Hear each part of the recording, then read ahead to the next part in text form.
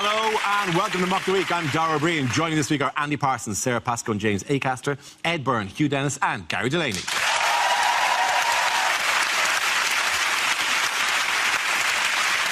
We start with a round call. If this is the answer, what is the question? On the board are 6 categories. Sarah, which category would you like? I will have world news, please. OK, world news it is. The answer is 1.6 billion. What is the question? Is it how many immigrants are so lazy they haven't even bothered to come over here?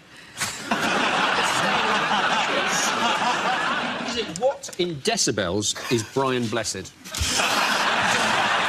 Is it when they go back to us, how many drachma will there be to the euro? For about a week or so. How many Scottish people now say they voted yes in the referendum?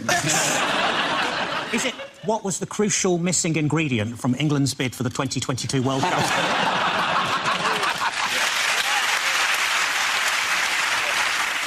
Is it how much are cats owed in YouTube advertising? Is it when I went on Dragon's Den, how much did I want for a 2% share in my body hoover business? James, talk numbers. How many? What's your turnover? Well, Deborah. I haven't really got the numbers in my head. That's what they say, isn't it? Right, I'm out. That usually gets... Is it what is the count in Sesame Street up to now? We think he's just somewhere in a bar, just still counting.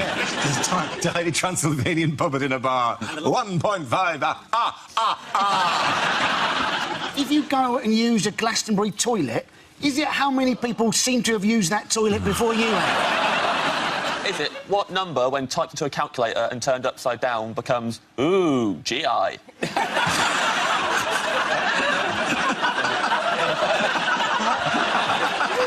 it after you've popped, how many Pringles can you eat before you must stop? Is it, since I started this sentence, how much further has Greece got into debt? It's to do with Greece, clearly, yes, we're all dancing around. What is 1.6 billion? This is the amount in euros that Greece is supposed to pay back to the IMF by the 30th of June. You're absolutely right. Thank you very much, Sarah Pascoe. The question I was looking for was how much money in euros does Greece need to repay to the International Monetary Fund by the 30th of June? That's next Tuesday, or risk crashing out of the Eurozone. But it is a loan, isn't it? What they've got is a loan. I think it might solve itself. Are we certain they haven't got PPI? Just on the day before they have to pay back, Alexander Tsipras, the Greek Prime Minister, gets a phone call saying, "We have been trying to contact you." That's the Greek PM. Well, he seems thrilled with that particular development. He looks so coy. He literally looks like that is the face that people do when you go up to him and go, "Where's my money?" He's like, "Money?" There's lots of ways of raising money, though, aren't there? I would have thought. They've got lots of stuff. Yeah. They could have a big episode of the Antiques Roadshow. They'd raise quite a lot of money. They could use plastic plates at weddings. That'd save a lot of money. And then if they fail, what's the term called for what will happen to them? Grexit. Grexit. Oh, yeah. I like that. It's a great term, isn't it? I don't like it being shortened, because I like it when the papers call it a messy Greek exit, because that sounds like a pornography description. I like when they say the Greeks have been warned of Grexit. Like, you know, Grexit is this thing which is going to emerge from the sea in a kind of with his eyes so red and a scary nose and a horrible wart and his horrible toes. The Grexit. Grexit, sure. It just also sounds like the door on the way out of a Greggs, doesn't it? That's what confuses me about it. Don't they have that above the door in Greggs? If you eat yourself to death on pasties, that's a Grexit, I think. This, by the way, is not Greggs in Athens. This is people going, hey, my money, please. I've seen queues like that in Leicester Square on a Saturday night. Not into a bank, presumably. I've seen long queues at cash machines just on busy nights. They might be going many for times. For a bed and a It means bowl. nothing. You're playing into the hands of the European Commission and their misinformation. Yeah, I don't know what happened there. Yeah. You're telling me that essentially all these people are on a night out and they just want a few quid. Maybe.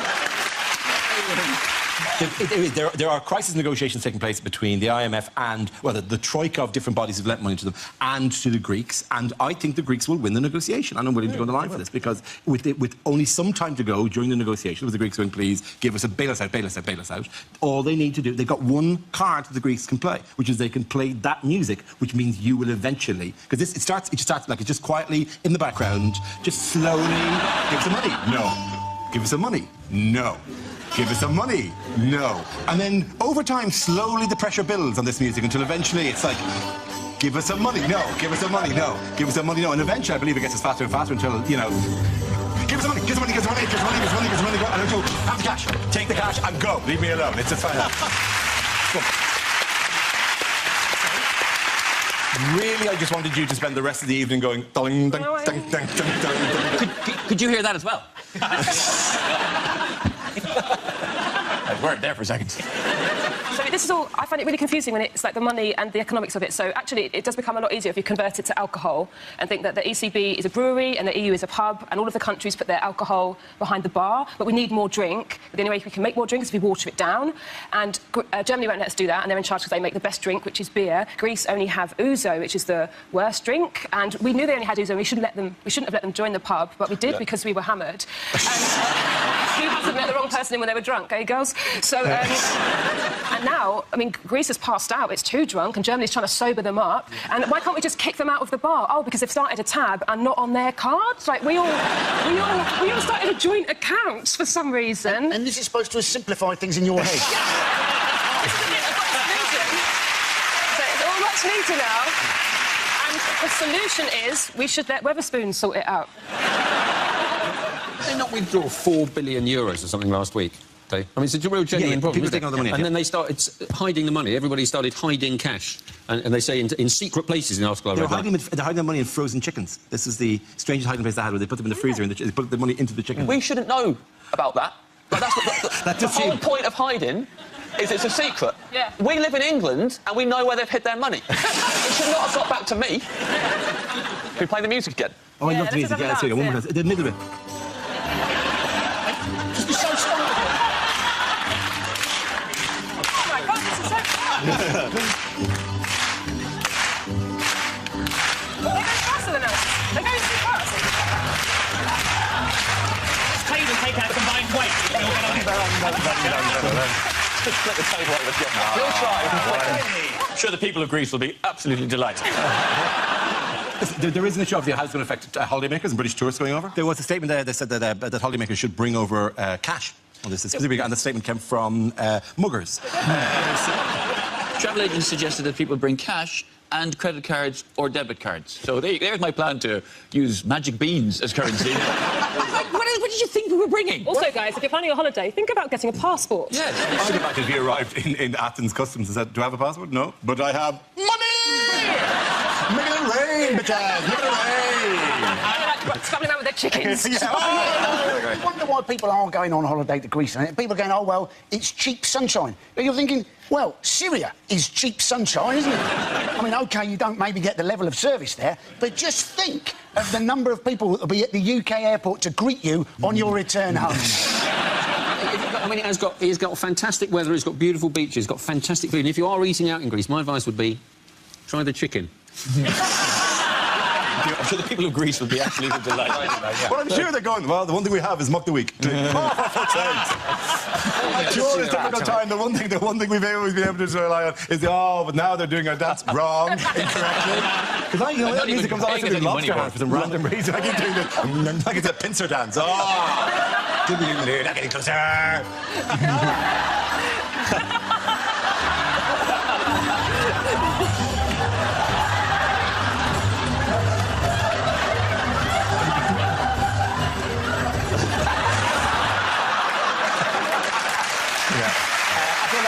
Jason and Andy. Now we play a round called Your Grexits Are Here, Here and Here. This game involves James and Gary, so if you could make your way to the performance area, please. This round is a stand-up challenge. I launched the Wheel of News, and whoever chooses to stop, one of the performers must step forward and talk about that subject. OK, here we go. The first subject is parties. Who wants to go on that? James. I went to a surprise party recently from my friend Darryl. We were all in his living room, all of us, in the dark, hiding. His girlfriend turned to us all, she went, right, he's going to be here in a minute. When he gets in, everyone jump out, yell surprise, and that will be really surprising. I argued it'd be a lot more surprising if instead of making all that commotion, we all just stood there in his living room in the dark, just...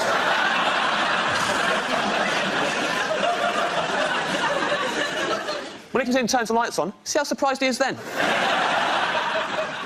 It's a good party. I schmoozed. I'm good at schmoozing. Buttering people up. I'll give you some schmoozing tips, why not? A lot of people tell you when you're schmoozing, have a good icebreaker, right? Break the ice. What they won't tell you, at the end of the conversation, unbreak the ice. You don't want anyone else swooping in, taking advantage of all the lovely little ice cubes that you created. So freeze it over again before you leave. So as you're leaving, just slide something under the fence, like death comes to us all, something like that.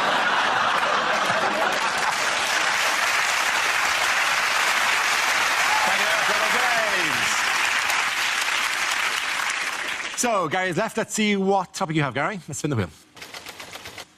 And the topic is childhood.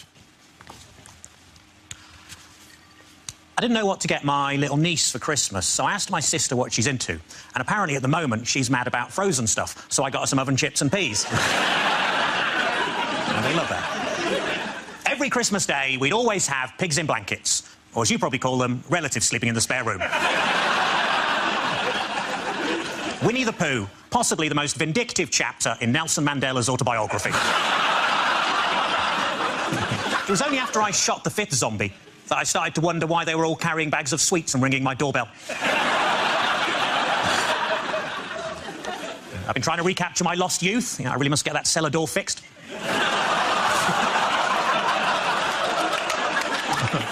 One time when I was a kid, I bought a chocolate bar. On the inside of the wrapper, it said, "You're a loser." I wouldn't mind if there'd been some sort of competition on. To make things worse, it was a boost. As a family, we couldn't decide whether to have Nana buried or cremated, so in the end, we let her live. My 13-year-old cousin's already started taking heroin. It's amazing, isn't it? They shoot up so fast these days. Well done. Very good. Point to the lady. Everyone come back.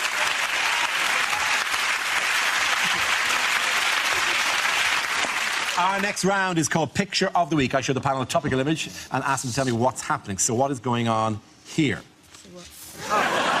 Is he going, do you want to know why I'm called Trump? Pull my finger. This is taken at Comic-Con, and this is actually a guest appearance by Sloth from the Goonies.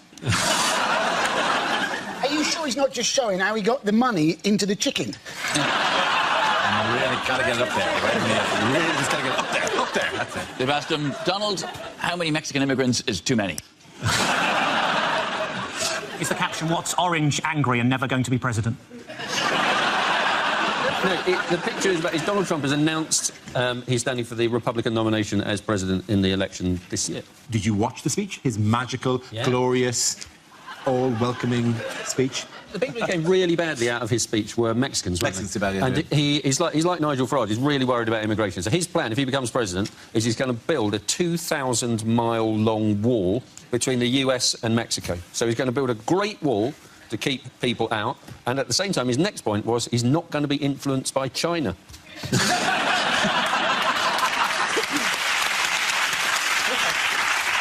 Who is he going to use to build the wall? I would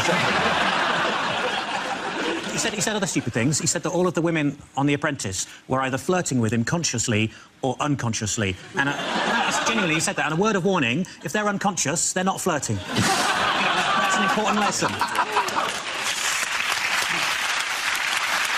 Ultimately, it's going to come down to Bush versus Clinton, isn't it? In a nation that fought a war to rid itself of hereditary rulers. Jeb speaks fluent English, fluent Spanish, doesn't he? So 2 more than his brother George. Jeb Bush is quite multicultural for a Republican, though, isn't he? Yes, he is. He's married to a Mexican, which just goes to show that in America, Mexicans do all the jobs that they don't want to do. In other news, which iconic building might need to be shut soon? Well, it's the Houses of Parliament, isn't it? It is the House of Palace Parliament. of Westminster. I never know the difference. I know, the Palace of Westminster is the entire thing, So the building needs repairs. It does need repair. It's all kind of falling apart and full of mice. It was originally a royal palace. I don't know why I'm telling you all this. Are we on a tour? Yes, I know. I used to do tour guides. So Did you actually work as a tour? Yeah, for about 4 years. In there? Is you No, on London buses. So pointing at stuff. Oh, you were doing that thing? Yeah, yeah. And Parliament's incredible to talk about. It's perpendicular Gothic, which was influenced by the... Yeah, please tell us more, Sarah. This is why we came to watch Mock of the Week. So it was influenced by a tiny bit of Westminster Abbey. There's 8 Japanese tourists who haven't been getting anything else and are now going, oh, pretty good, yes. Finally. When you say it used to be a royal palace, So are there the king used other to live palaces that aren't royal? Yeah. Are there? Crystal Palace? Yeah, very good, yeah. The Palace Tandoori, that's down near my way. What have they found inside there? Nice. It's infested with vermin, or at least that's what the rats say. Playing with mice, moths and foxes. Foxes are running wild within the palace. That's not surprising. Just scavenging members of the Lib Dems who seem to have fallen away from the group. Well, we had 8 when we arrived here, but one has been picked off by the rest of the foxes. 3 billion's worth of repairs that are needed. The very minimum. And then there's 56 new SNP MPs who've been celebrating their arses off over the last 2 weeks. So you're thinking, are those two things related? 3 billion of repairs and a hell of a party from the Scottish MPs. You think that the 50 Scottish MPs have done £3 billion worth of damage? That'd be brilliant if they had, wouldn't it? And they're back on the train up to Edinburgh with Big Ben under their arm. Somebody's lying around. I've got Big Ben! Got up to people. Got the time. You're all right, you're all right. One of the suggestions, though, is to move the Parliament to Birmingham, yes. isn't it? And David Cameron is all in favour of this because that is the hometown of the West Ham Football Club that he supports. I don't see whether the new mascot, speaking of things that are looking at the new mascot for Partick Thistle Football Club. It's brilliant. Seen a picture of it. Yeah, it's designed by whom? David Shrigley. David Shrigley, contemporary artist, a huge fan of David Shrigley's work, has designed a new mascot for Partick Thistle Football Club. You know, to G the fans along, get them excited, raise the moods. This is the mascot. There's your nightmares made real, isn't it? Do you think they could have just put some pupils in the eyes just to give them less of an unseeing cataract? That I in the face of eternal evil stare into my void of eyes. And the thing is, because it's an important job. Like, not only because, you know, you're geeing the crowd up and you keep them all entertained, but often, and this is one of my favourite things on the internet, people do collections of these, often the mascots will be required, usually because they've forgotten to get off the pitch in time, to stand at the minute's silence if a minute's silence is being held. And there is a fantastic collection of mascots who have had to look sombre or grave or respectful. This is a particular and I like this one.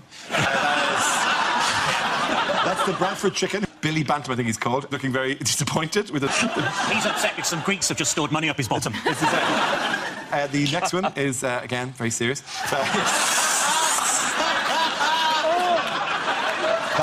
That's Baggy Bird from West Brom. And give me one more. That is the West Ham Hammer, looking respectful, but is unable to change his face, which has a joyous bounty. Oh, I'm a quirky hammer, I'm a jolly hammer. But, you know, there's times for reflection as well. OK, then around the points with Ed here and Gary. Now we come to scenes we'd like to see. So if everyone can make their way over to the performance area, I'll read out this week's topics, and then we'll see what our panelists can come up with. OK, here we go. The first subject is unlikely film trailers. A man who only wants one thing. Strepsils.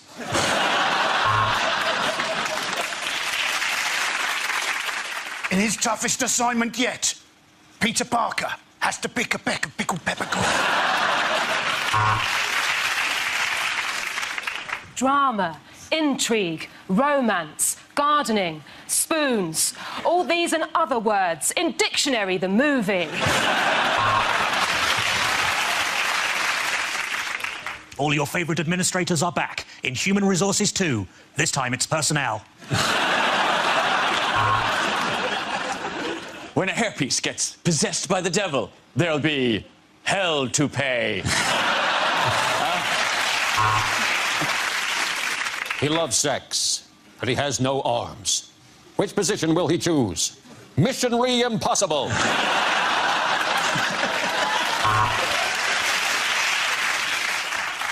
If you see one film this year, then you're probably a new parent. It was a love story that crossed the species barrier. He was a man, she was a cow. Coming soon Beef Encounter. Coming soon, a 3D film where you don't get bored halfway through and lift up the glasses just to see what the screen looks like without it. Every Year I Love You More, starring Michael Jackson and Benjamin Button.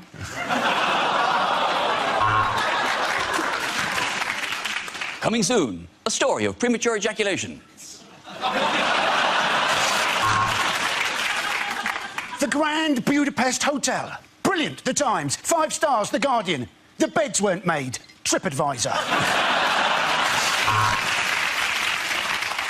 Part man, part machine, part bird, part drum. It's Robo Bongo Cuckoo Cop.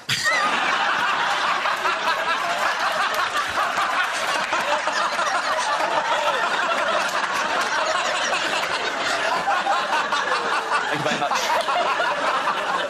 A group of Greeks try to get away with their money. Chicken Run.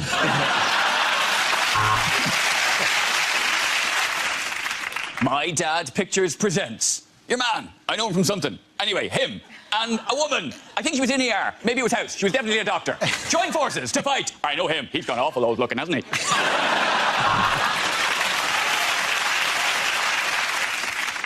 It's the bromance of the year.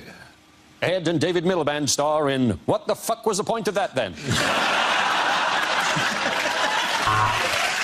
OK, the next topic is things you wouldn't hear on the radio. Mime. I'm sorry for that small pause just at the end of that record there. Only my shit took slightly longer than I expected. This is Top DJs of the 1970s. Prison radio has never sounded so good. A hideous car crash has occurred at the end of the A19. It's called Doncaster. Another shipping forecast issued by the Met Office at 2343 on Saturday the 8th. It's going to piss it down.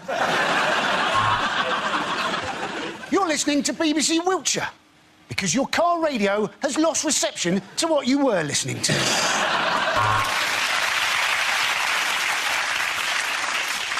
And next up on the Archers, there's an axe murderer on the loose.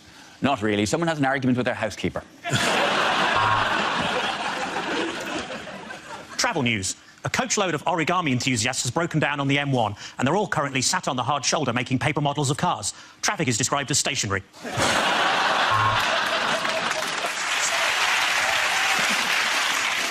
You're listening to Saga Radio. You're listening...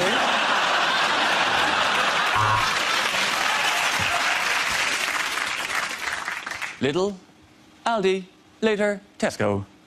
This concludes the shopping forecast. Get in! Have you been injured at work? Maybe you should turn the radio off and concentrate properly on what you're doing. But you're dead. We're all dead. We've all been dead from the beginning. You've been listening to the final ever episode of The Archers. Next up on Gardener's Question Time, I'll be trying not to laugh like a schoolboy when a woman phones in with a problem about her box hedge. This is local radio, it's 4 a.m. and no one's listening. Let's play Say Something Racist Roulette. Due to tomorrow's BBC strike, tomorrow's Today programme will be today's Today programme, but called Yesterday. Sometimes when you listen to the radio, there's a tune that you can't get out of your head. It sort of plays again and again and again. It sort of gets faster and faster and faster, and finally it comes on.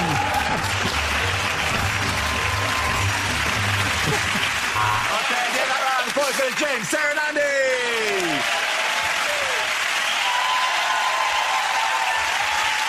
That's the end of the show. This week's winners are Ed Byrne, Hugh Dennis and Guy Delaney. Commiserations to Andy Parsons, Sarah Pascoe and James Acaster. Thank you for watching. Good night. With a satirical review of the week's news, Sandy Tolsvig shares her last ever edition of the News Quiz tomorrow evening at 6:30 on Radio 4. On BBC 3 now, think about fun to be had with Russell Howard replaying sporting good news.